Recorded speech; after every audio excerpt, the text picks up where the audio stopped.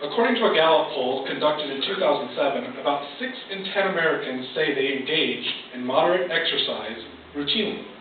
This is great. Hopefully that number will go up because exercise is a good way to reduce stress and even treat depression. Today we will discuss 3 things concerning exercise and how it can be used to treat depression. First, I will show how exercise can help treat depression.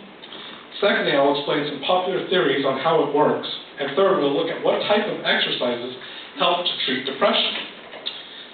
For research for this speech, I used several online articles, including a Time article written by psychologist Jasper Smits, and online articles from the Mayo Clinic, from the Morning Light Counseling, and Harvard Medical School. So you may be wondering, how can exercise treat depression? It is a good question. Well, there's been several studies on it, and one of the key studies was done in 1999 by the Duke University. The study took 156 depressed individuals and split them into 3 groups. One group simply did aerobic exercises routinely throughout the week. The second group took medications, specifically Zoloft, and the third group did a combination of both. It had some really surprising findings.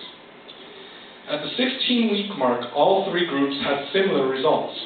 60 to 70% of the people in the study could no longer be classified as having major depression. According to the Harvard article concerning this study group, scores on 2 rating scales between the 3 different groups were nearly identical. This shows us that exercise is at least as beneficial as medication. Another surprising finding from the study is when the researchers came back 6 months later to see if there was a relapse in the groups. According to the Morning Light Counseling's article, only 8% relapsed from the exercise group. In contrast, there was 38% that relapsed from the Zoloft group, and 31% from the group that combined both exercise and Zoloft. This came as a shock that they expected the group that combined both medication and exercise to do the best. However, they came to the conclusion that because people had a sense of doing it themselves and instead of blaming it on the medication, like, oh, the medication did it for me, that they had more of a sense of accomplishment and saw it through. So now we see how these work in a controlled environment where they have that motivation to continue on to do the exercise. How about if you had to do that exercise routine at home? Well, the Duke University again did a study in 2007 looking at just home routines as compared to people in research study groups. It showed that the home routines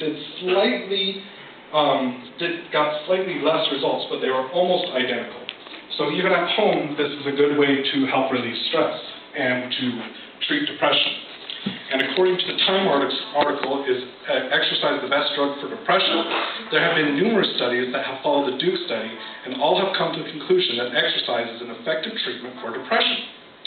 So there's solid evidence that shows that exercise treats depression. How does it work? Well, there's been a couple of studies and theories done on this as well. One theory is that exercise has an effect on the neurotransmitters and endorphins in the brain. In fact, it has an effect on the good chemicals in the brain that may help ease depression.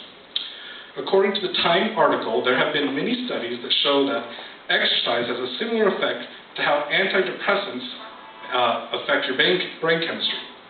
Also, the same article points to a study done by the University of Georgia that showed that several weeks of exercise can switch on certain genes that increase the brain's level of galanin.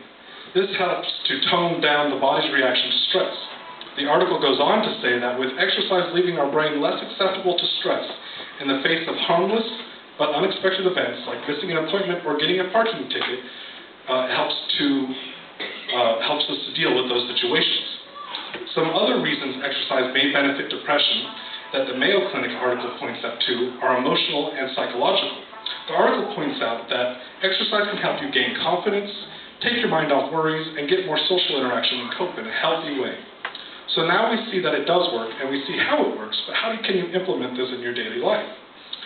Well, the first thing to remember when implementing a new exercise program is to talk to your doctor first. You don't want to overdo it, you don't want to do anything that's going to injure yourself. Any exercise is being done is better than none, according to most of the articles. However, the Mayo Clinic points out that just getting up to wash your car or walk the dog is beneficial. However, some more focused programs that will give you the best benefit, such as interval training, which is just cardio exercises, between various levels in intensity and exercise with periods of rest in between. Also some other effective exercise routines is weightlifting, cardio, stretching, and yoga. In the end, all the research points to any exercise routine that gets you up and moving is beneficial to help treat depression. You just have to get the motivation to do it. So today we have looked at how exercise can help treat depression. First, we saw that exercise does work to treat depression. Secondly, we examined how it works. And finally, we looked at what types of exercises help to treat depression. So now that we know of an effective and free way to treat depression and anxiety, and even if you don't suffer from depression, exercise is a good way to help lower stress in your life.